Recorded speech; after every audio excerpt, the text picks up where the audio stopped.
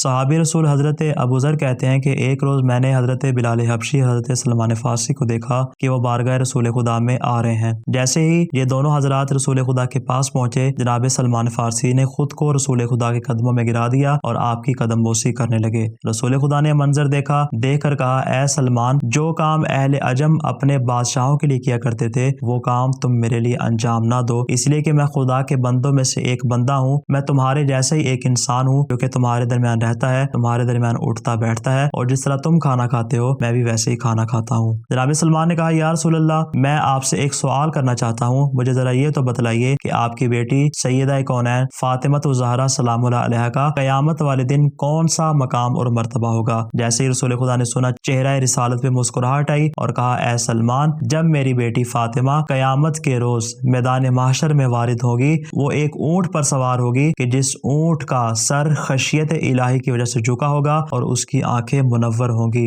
اور جب وہ سواری چلنے لگے گی تو اس کی دائیں جانب جبرائیل، بائیں جانب میکائیل، آگے آگے علی ابن ابی طالب اور اس کی پشت پہ حسنین کریمین سلام اللہ علیہما ہوں گے۔ اور پھر کہا کہ جب میری بیٹی فاطمہ میدان محشر میں وارد ہوگی اور میدان کو عبور کرنا چاہے گی، ایک مرتبہ آواز کردگار آئے گی، اے میری تمام مخلوقات، اپنی آنکھوں کو بند کر لو اور اپنے سروں کو جھکا لو، اس لیے کہ محمد کی بیٹی، علی کی زوجہ اور حسنین کی مادر گرامی میدان محشر سے گزرنا چاہتی ہیں۔ اور جب بی بی پولیس راز سے گزر کر بہشت میں داخل ہوں گی اور نعمات خداوندی کا اپنی آنکھوں سے نظارہ کریں گی تو بی بی سورہ مبارکہ فاطر کی آیت نمبر 34 اور 35 کی تلاوت فرمائیں گی، اور پھر آواز کردگار آئے گی، اے فاطمہ، آج کے روز تو جو مانگنا چاہتی ہے مانگ، تاکہ میں تجھے عطا کروں اور میں تجھے خالی واپس نہ لوٹاؤں۔ ایک مرتبہ بی بی کہے گی، بار الہ، میری تمام امیدیں تیری ذات سے وابستہ ہیں، بلکہ امید سے بھی بڑھ کے میں تیری ذات سے وابستہ ہوں۔ بار الہ، میں تجھ سے ایک چیز کی خواہش رکھتی ہوں کہ جو میرے چاہنے والے ہیں اور میری اولاد کے چاہنے والے ہیں ان کو جہنم کی آگ سے دور کر دے۔ جیسے ہی بی بی اپنا یہ مطالبہ بارگاہ کردگار میں پیش کریں گی، آواز کردگار آئے گی، اے فاطمہ، میں نے تخلیق انسان سے 70,000 سال پہلے اپنی ذات سے عہد کر لیا تھا کہ جو